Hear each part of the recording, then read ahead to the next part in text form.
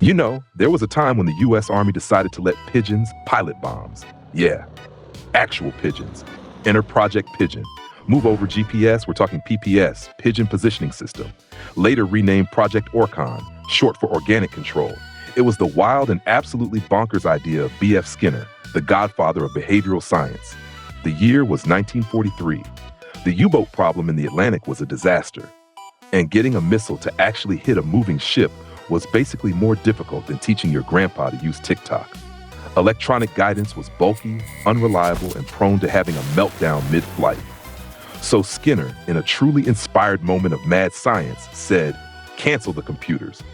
We'll use the only pilots that don't ask for hazard pay, pigeons." The concept was pure genius until you picture it, that is. You'd take a bomb, the Pelican anti-ship flying torpedo, which sounds far too cute for a weapon, and fit a cockpit in front, manned, pigeon, by a captain, co-pilot, and flight engineer.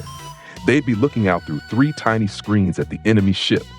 They were trained to peck at ships, so the moment an enemy ship appeared on the screen, they'd peck it. If the ship on the screen drifted left, the bird would peck left to recenter it, basically acting like an optical guided bomb. The only difference? Instead of a weapons systems officer guiding it, it was a highly trained pigeon.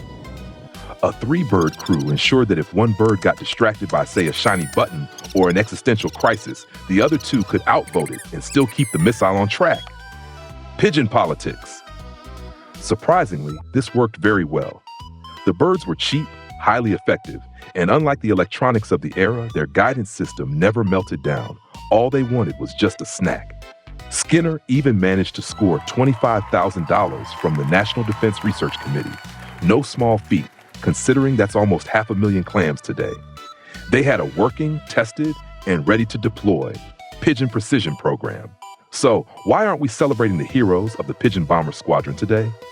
Mainly because the military had one major concern: pigeons. You gotta be kidding me. Imagine the general's briefing. "General, I hate to inform you, a street cat infiltrated our base last night and ate our weapons guidance system." Commanders were understandably skeptical of any weapon that could be defeated by a feral feline. While Skinner was busy proving his birds were better than any radar, electronic guidance finally started to catch up, and crucially, it looked a lot less ridiculous on the battlefield. The project was canceled, revived, and then canceled again, this time for good. Translation: it was too way out there, even for an army who would later think it was a good idea to nuke the moon. Thank goodness the Pentagon went with transistors over bird treats. And for anyone worried about the pigeon's safety, breathe easy. No actual missile tests were ever carried out with pigeons at the helm of an armed weapon. So, next time a pigeon drops a small present on your car, remember, that's not an accident. That's a precision strike.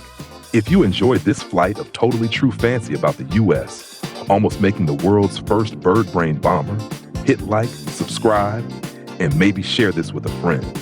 And hey, stay tuned for more absurd but true stories from the secret corners of history.